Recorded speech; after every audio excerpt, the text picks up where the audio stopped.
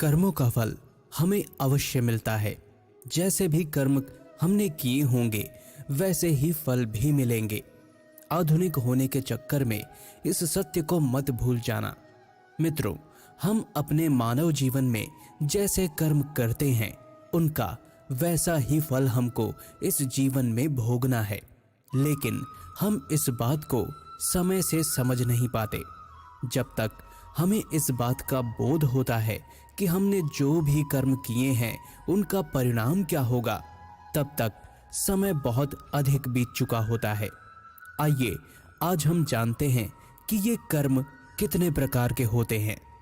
हमारे भारत में कई महापुरुषों ने कर्म के विषय में कई शोध किए हैं।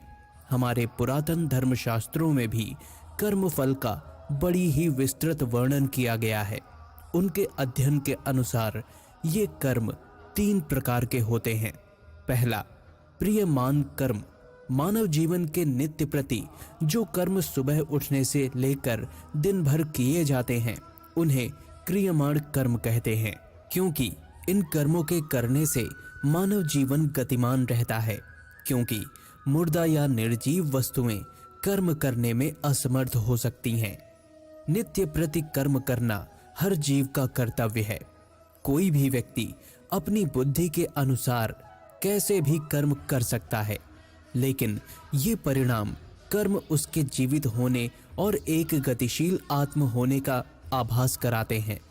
इस प्रकार से किए जाने वाले नित्य कर्मों का फल अधिकांश साथ साथ ही प्राप्त हो जाता है। जैसे यदि आप भोजन को ग्रहण कर लेंगे तो आपकी भूख उसी समय शांत हो जाएगी। यदि आप स्नान कर लेंगे तो आपका शरीर स्वच्छ हो जाएगा और आपको स्फूर्ति एवं सुख का अनुभव होगा। इन कर्मों को करने के लिए आपको कोई अतिरिक्त शक्ति का उपयोग नहीं करना। जैसे कि दिन भर की थकान के बाद आपको निद्रा अपने आप ही आ जाएगी। आपकी थकान के उतर जाने पर आप स्वयं ही उठ जाएंगे। किंतु यदि आप आलस्य को धारण कर लेंगे तो आपका ये कर्म आपको जीवन की गति से दूर ले जाएगा। आपको इसके दुष्परिणाम भुगतने पड़ेंगे। इस प्रकार से किए जाने वाले कर्म क्रियमाण कहलाते हैं। दूसरा कर्म है संचित कर्म। ये बात तो निश्चित हो चुकी है कि आपको कर्म तो करने ही हैं।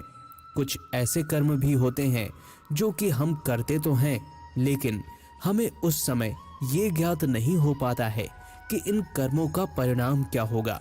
इस प्रकार के हम कुछ ऐसे कर्म भी करते हैं जो हमारी दृष्टि से बिल्कुल सही, केवल सटीक होते हैं, किंतु प्रकृति, समाज एवं अन्य प्राणियों की दृष्टिकोण से उचित नहीं होते।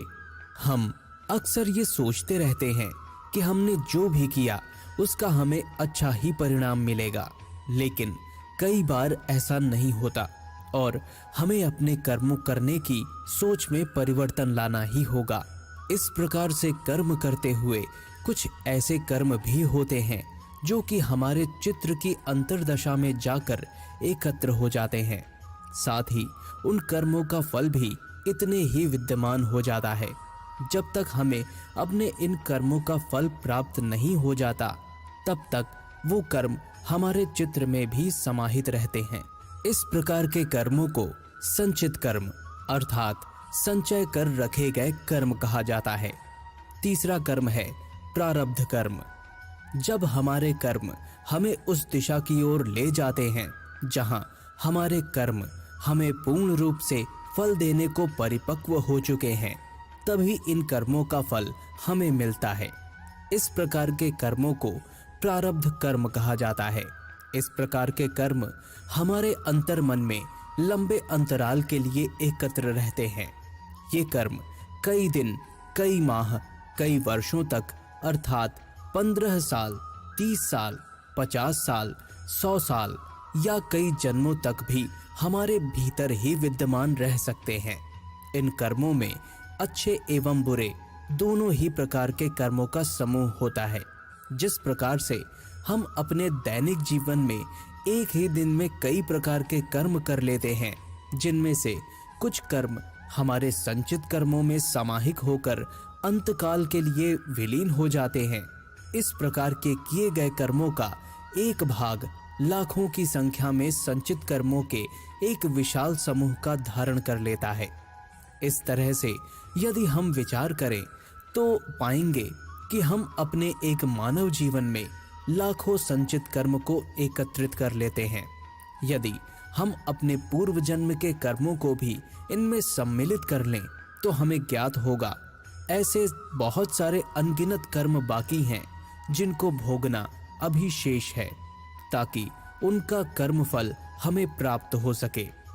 हमारे शास्त्रों में एक प्रकार के ज्ञान योग का भी वर्णन किया गया है। जैसे ही मनुष्य साधना शैली के द्वारा इस ज्ञान योग को सिद्ध कर लेता है, उसी समय उसके जीवन में से प्रारब्ध कर्म समाप्त हो जाते हैं और ऐसा आभास होता है कि वर्षों तक अंधकार में कैद रहने के बाद एक प्रकाश में दीपक की रोशनी से जीवन जगमगा हो उठा है। ऐसे कर्मों को आध्यात्मिक व्याकरण भाषा में प्रारब्ध कर्म कहा जाता है।